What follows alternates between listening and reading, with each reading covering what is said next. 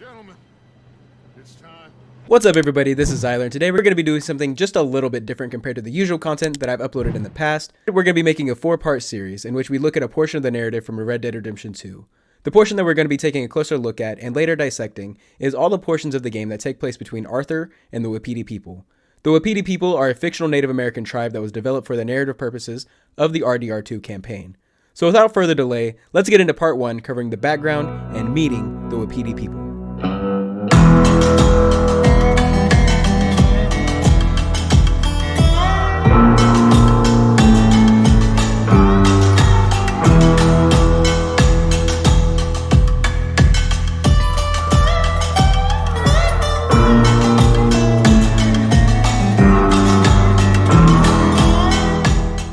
The Wapiti tribe used to roam all of New Hanover until being forced to relocate to a reservation in Amberino.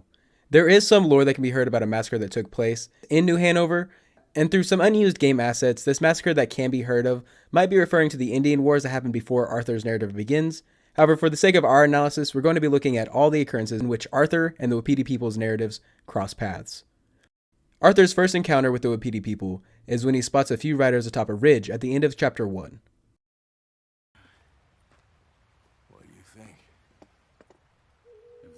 Trouble, we wouldn't have seen him. Poor bastards. We really screwed them over down here. Come on, let's not push our luck. What happened? Well, get in. Here we are given more insight into the history of this world and just what has been done to the tribe in this area particularly. So, yes, the Indians in these parts got sold a very raw deal. This is the heartlands we're going to. Good farming and grazing country, they lost it all. Stolen clean away from them it was, every blade of grass. Killed or herded up to the reservations in the middle of nowhere. And how's that different from anywhere else? Well, maybe it's not. I just heard some of the army out here was particularly unpleasant about it. Unpleasant? How do you rob and kill people pleasantly? We don't.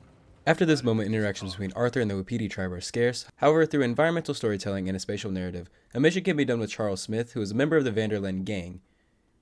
Charles Smith is both black and native. In this mission, Charles goes into detail of just how important bison are to Native American culture.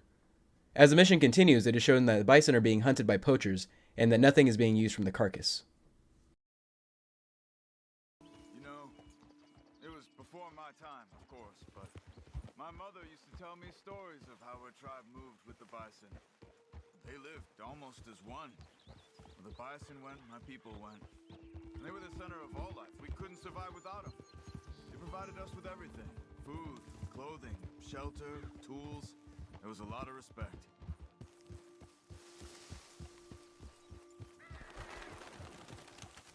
No. Look. Bison. Shot and left for dead, it looks like. Why would someone do that? I don't know. After a quick investigation, 2 poachers can be found, and when questioned, they say this. Why are you killing those bison and leaving them to rot? I don't know what you're talking about. God damn it, tell us or you're dead. Oh, okay. We were paid to kill as many as we could and make it look like it was Indian. At this moment in the game, it is unclear why poachers would be killing bison and framing natives. However, we will revisit this later on. The real problems for the Wapiti tribe come to light in Chapter 4. The mission, The Gilded Cage, Arthur and his gang are invited to a dinner party hosted by the mayor of Saint Denis. Here, Angelo Bronte is marking the partygoers, and he points out a couple of Native Americans. No, not quite. But they... Oh, the Redskins. I have no sympathy for them, because whoever is stupid enough to get tricked by the Americans, no, they get what they deserve, huh? Yes, and a letter to the mayor. Oh yeah, that'll save you. From here, Arthur will later meet Eagle Flies and Rains Fall. Well, I'm sorry. Have you met? This is Rains Fall, a great chief, and his son, Eagle Flies. Gentlemen, we saw you in the wagon train crossing the river at Cumberland Falls. And at the party, you were upstairs. You have great powers of observation. Yes, my people, if we are even a people anymore. We've fought hard. We've made peace treaties, and those treaties were broken. And we've been moved and punished and moved. I'm sure. And now I am told we are to be moved again. Clearly contravening the peace treaty signed 3 years ago. This will lead to war. No, my son, it will not. We cannot fight another war. They have got stronger, and we have become far weaker, Mr. Morgan. It's bad business. It's to do with oil. I know it is. It is here we learn the current situation of the Wapiti. There are threats that the Wapiti will be removed from the reservation due to claims of oil being under their land. More information can be found if we inspect documents found in Chapter 1 after robbing a train owned by Leviticus Cornwall. The letter that can be found on Cornwall's train is from the Leland Oil Development Company and reads as follows. Dear Mr. Cornwall, we are yet to receive the payment of $2,000 for the initial phase of exploration of the Wapiti Indian Reservation in Amberino. As agreed in the contract between Cornwall Kerosene and Tar and the Leland Oil Development Company, dated November 9, 1898. On receiving of the funds, we will proceed with phases 2 and 3 of the project and present you with a detailed report of the findings within the month. Yours respectfully, James Critchley, Head of Accounts, Leland Oil Development Company. This does seem to confirm the threat of relocation once again, due to the supposed oil under the lands where the Wapiti Reservation now resides. That is all we can learn of the struggle of the Wapiti until much later in the game. Chapter 6 is when the narratives of Arthur and the Wapiti cross again. This is Eagle Flies. His father is a great chief. Charles and I, we Pretended to be mercenaries. Did me a great favor. Dutch Vanderlyn, how do you do? Not well, sir. Well, I am sorry to hear that. How's your father? Father has confused wisdom with weakness. His people, my people. We've suffered too much. Been lied to too much. Now they've taken our horses. Who? The infantry division posted at Fort Wallace. Why? Colonel Favors is a liar and a murderer. His people won't stop until we're all dead. Without horses, we cannot hunt. Without hunting, we will starve. This is another act of war. I see that. What do you think, Charles? You know I told your father I will not fight over some horses. But I made no such promise. From this interaction, it seems the Wapiti people not only worry about their land being stolen due to talks of oil, but also have an enemy in the U.S. Army.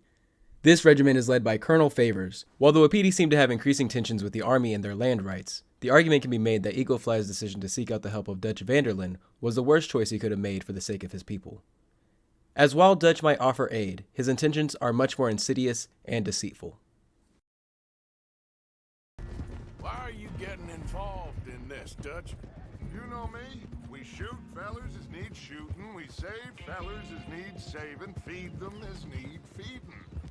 Not this again. It's been quite a while since we helped anyone but ourselves, and even you know that. I told you. Noise. We need noise, Arthur. Noise. And faith. Some good, honest conflict between the Army and the Indians might be just the distraction we need. Kill two birds with one stone. Cornwall was funding the Pinkertons' assault on us. Why do you think I dealt with him?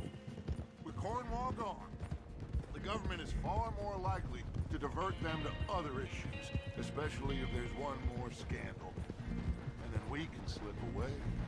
Like I said, we just need that noise and one more score. It is through the interaction of Eagle Flies and Dutch that we also get a peek into the inner workings of the Wapiti, as well as the different factions beginning to form on the reservation. Eagle Flies and other young natives want to fight for their people and are tired of being pushed around by the American government. On the other hand, Rainsfall sees conflict with the army as a path towards his people's annihilation. Eagle Flies and his younger generation views the elders' stance as weakness. After the mission in which Arthur and his gang freed the Wapiti's horses, Charles asks for Arthur to help Rainsfall on the reservation, and a choice is made by the player to either help the Wapiti or ignore their ongoing struggles. Seems like Uncle Sam likes you fellas even less than he likes us. So it goes. My father doesn't want to fight again. Will one of you help me return the horses to my men? Well, Arthur needs to rest. I will. I like you, son. And after the horses, are we gonna wait for the army to come and wreak its revenge? I hope not. Of course we ain't. Now let's go check out that fort of theirs. Is this a good idea? This is the only idea, and it is one that will suit both of our purposes. Fighting the army ain't wise. Stop worrying. I don't know, Dutch. Yeah, well, I do. This is exactly the distraction that we need. Your father said that fighting was an impossible gamble. There's no winning for you in this. Father need not know anything. He'd rather live in ignorance. Come along, Your gentlemen. father would rather you did not do anything so foolish. I said I would stop this from happening. Would you talk to him? Speak with Rangeful. Yes. Would you? Sure. I'll speak with him. Naturally, for our purposes, we will be visiting Rainsfall and see what it is we can do to assist his tribe, as well as see what else we can learn through our interactions with the chief. But that is going to be the end of part 1 in this 4-part series. In part 2, we will meet Rainsfall and Colonel Favors, as well as just how Dutch corrupts Eagle Flies and how the wedge between Rainsfall and his son continues to grow as another Indian war is imminent. I hope that you are enjoying this narrative deep dive, and I will see you in the next one. Peace!